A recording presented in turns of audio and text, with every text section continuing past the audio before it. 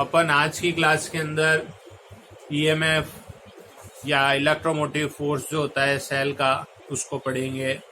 उसको पढ़ने से पहले हम सेल क्या होता है और इंटरनल रेजिस्टेंस क्या होता है इसको समझने की कोशिश करते हैं। तो सबसे पहले देखिए, जो सेल होता है उसके बारे में मैं आपको समझा देता हूँ। सेल एक ऐसी डिवाइस है जो केमिकल एनर्जी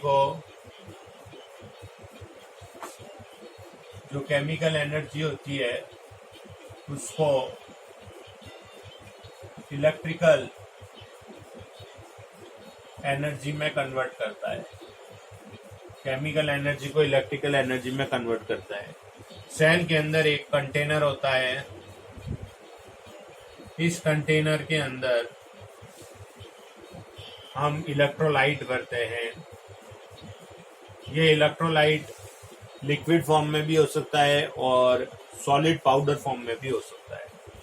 तो हम जो है इलेक्ट्रोलाइट इसके अंदर भर देते हैं। फिर इसके अंदर हम दो इलेक्ट्रोड्स डाल देते हैं। एक कैथोड होता है और दूसरा इलेक्ट्रोड जो होता है वो एनोड हो जाता है। एक कैथोड हो जाता है और दूसरा इलेक्ट्रोड जो होता है एनोड हो जाता है। ये सेल हो जाता है। और जब हम इसके ऊपर एक्सटर्नल रेजिस्टेंस जोड़ते हैं, ये कैपिटल आर जो है ये एक्सटर्नल रेजिस्टेंस है। ये सेल के बाहर का रेजिस्टेंस है। सेल के बाहर है इसलिए इसको मैंने नाम दिया है एक्सटर्नल रेजिस्टेंस है। ठीक है, तो आप देखोगे कि इसमें जो करंट है +2 माइनस एनोड से कैथोड की तरफ फ्लो करती है और अंदर जो है -2 प्लस की तरफ जो है वो करंट का फ्लो होता है। सेल के बाहर जो है करंट इलेक्ट्रॉन्स के फॉर्म में फ्लो करती है। सेल के बाहर आउटर एरिया के अंदर इलेक्ट्रॉन्स फ्लो करते हैं और सेल के अंदर पॉजिटिव आयन और नेगेटिव आयंस फ्लो करते हैं। ये आपको याद रखना है। आयंस जो होते हैं वो इनसाइड सेल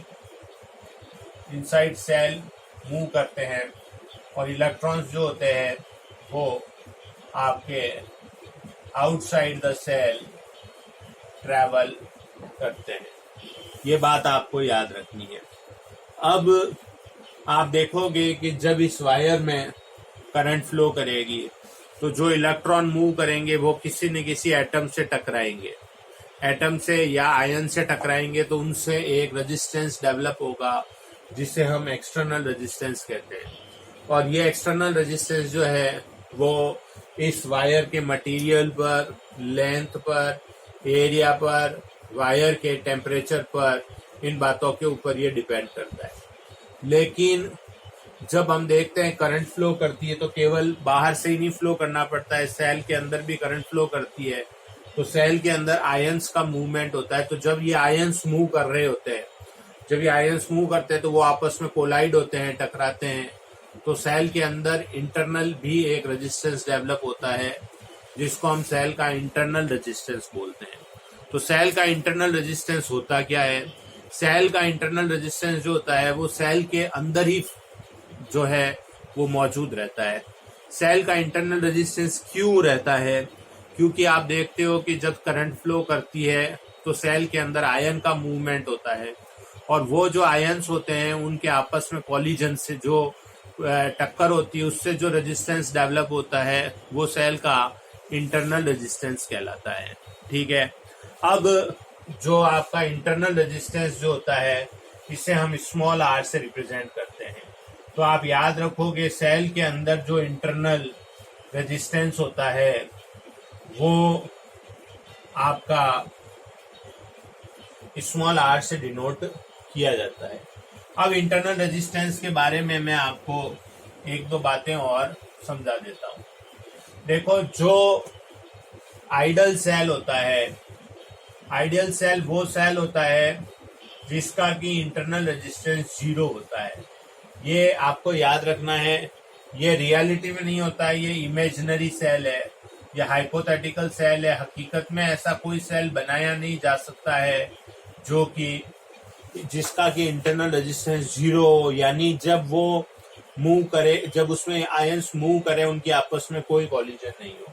लेकिन जो रियल सेल होते हैं, रियल सेल के अंदर कुछ न कुछ इंटरनल रेजिस्टेंस रहता ही रहता है, उनका इंटरनल रेजिस्टेंस जीरो नहीं होता है। जो आइडल सेल होता है उसका सिंबल केवल इस तरह से रिप्रेजेंट किया जाता है, सेल के प्लस माइनस से प्रेजेंट कर दिया जाता है। और जो रियल सेल होता है, जो आप 12th क्लास के अंदर देखते हो, उसमें सेल के साथ में उसका इंटरनल रेजिस्टेंस भी शो कर दिया जाता है। ये रियल सेल का सिंबल है, इसमें सेल के सिंबल के साथ में उसका इंटरनल रेजिस्टेंस भी शो करना पड़ेगा। और ये आइडल सेल का सिंबल है और इसके अंदर इंटरनल रेजिस्टेंस को जीरो रिप्रेजेंट करते हैं। अब आपको याद रखना है, जितना सेल अच्छी क्वालिटी का होगा, जैसे ड्यूरासेल कंपनी का सेल बहुत अच्छी क्वालिटी का होता है, तो उसका इंटरनल रेजिस्टेंस जो होगा वो बहुत स्मॉल होगा। और जितना सेल पुराना होता जाएगा, जैसे जैसे हम उसको यूज करेंगे, हम उसमें से करंट को ड्रॉ करेंगे, तो वो सेल जैसे जैसे पुराना होता जाएगा, आप देखोगे कि उसका इंटरनल रेजिस्टेंस जो है वो बढ़ता जाएगा, इंक्रीज होता जाएगा। तो इस बात को आपको याद रखना है कि जितने भी पुराने सेल होते हैं उनका इंटरनल रेजिस्टेंस बहुत ज्यादा होता है, नए सेल का इंटरनल रेजिस्टेंस जो होता है कम होता है, और आइडल सेल का इंटरनल रेजिस्टेंस जीरो होता है। अब हम ये देखते हैं कि इंटरनल रेजिस्टेंस जो होता है वो किन किन फैक्टर्स पर डिपेंड करता है। अभी मैंने आपको बताया कि जो एक्सटर्नल रेजिस्टेंस होता है वो material, temperature, length of the wire and area of cross section of the wire के ऊपर 4 बातों पर डिपेंड करता है। लेकिन जो आपका इंटरनल रेजिस्टेंस होता है वो किन किन फैक्टर्स के ऊपर डिपेंड करता है, इसको हम समझते हैं। जो इंटरनल रेजिस्टेंस होता है वो आपका एक तो कॉन्सेंट्रेशन के ऊपर डिपेंड करता है। इंटरनल रेजिस्टेंस जो होता है आपका कॉन्सेंट्रेशन ऑफ द इलेक्ट्रोलाइट जो होता है उसके ऊपर डिपेंड करता है। ये बात आपको याद रखनी है। जितना हाई कंसेंट्रेशन आप रखोगे, जितना हाई कंसेंट्रेशन आप रखोगे इलेक्ट्रोलाइट का, उतना ज्यादा आपका इंटरनल रेजिस्टेंस रहेगा। ये बात आपको याद रखनी है, ठीक है।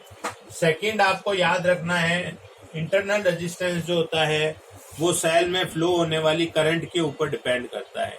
सेल की जितनी ज्यादा करंट आप ड्रॉ करोगे उतनी ज्यादा इंटरनल रेजिस्टेंस होगा। थर्ड पॉइंट आपको याद रखना है कि इंटरनल रेजिस्टेंस जो होता है वो डिस्टेंस बिटवीन द इलेक्ट्रोड्स के ऊपर डिपेंड करता है।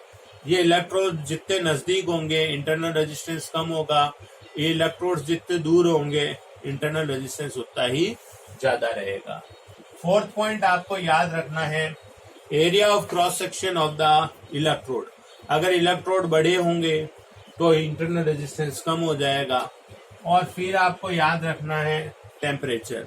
अगर आप टेम्परेचर बढ़ाओगे तो इंटरनल रेजिस्टेंस जो होगा वो चेंज हो जाएगा। तो ये 5 फैक्टर्स हैं। वापस दोहरा देता हूँ आपके लिए कि जो इंटरनल रेजिस्टेंस होता है, एक तो वो कॉन्सेंट्रेशन ऑफ द इलेक्ट्रोलाइट के ऊपर डिपेंड करता है, एक current drawn through the cell उसके ऊपर डिपेंड करता है, एक डिस्टेंस बिटवीन द इलेक्ट्रोड्स पे डिपेंड करता है, एरिया ऑफ द इलेक्ट्रोड्स पे डिपेंड करता है, और एक टेम्परेचर के ऊपर डिपेंड करता है। तो ये बातें आपको याद रखनी है इंटरनल रेजिस्टेंस के बारे में। अब हम देखते